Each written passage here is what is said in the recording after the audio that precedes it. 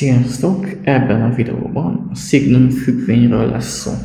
Mit is jelent az a Signum függvény? Ezt a függvényt szokás előjel függvénynek is nevezni.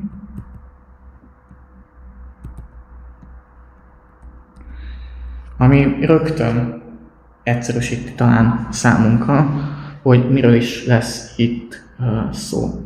Hogyan tudjuk fölírni a függvényt? Hát ezt egy kicsit bonyolultabban, mint az eddigiek, ugyanis itt esetszétválasztással lesz dolgunk. Azt mondjuk, hogy -1-et fogok hozzárendelni x-hez, hogyha az x az kisebb, mint 0. 0-t fogok hozzárendelni, ha az x az egyenlő 0, és +1-et fogok hozzárendelni, ha az x értéke az nagyobb 0. Hogyan fog ez kinézni?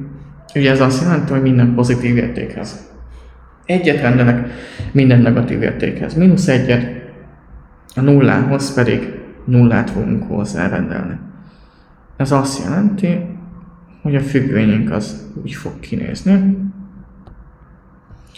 hogy a nullánál 0-t rendelek hozzá, hogyha az értéke 0-nál nagyobb, akkor 1-et rendelek hozzá, ha pedig 0-nál kisebb, akkor pedig -1-et.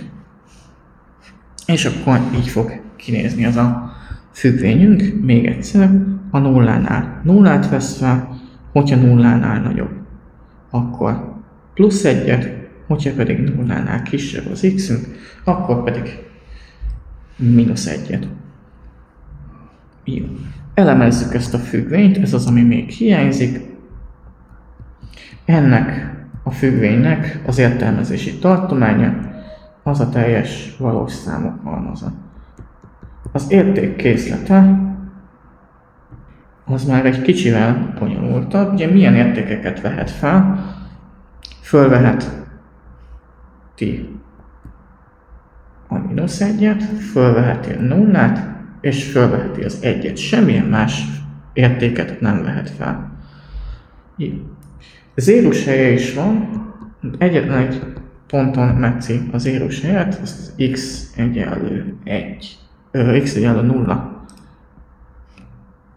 pontban. Szélső érték, ennek két szélső értéke is, vagy kétfajta szélső értéke is van. Egyrészt van maximumunk. Hol van maximumunk? Hát ott van maximumunk, ahol 1-et vesz fel. Tehát a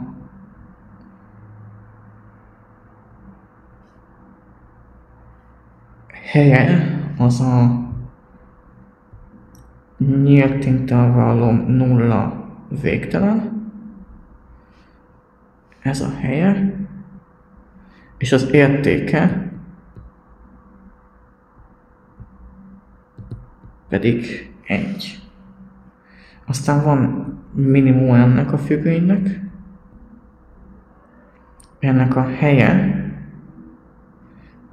az a mínusz végtelen 0, nyílt intervallum, és az értéke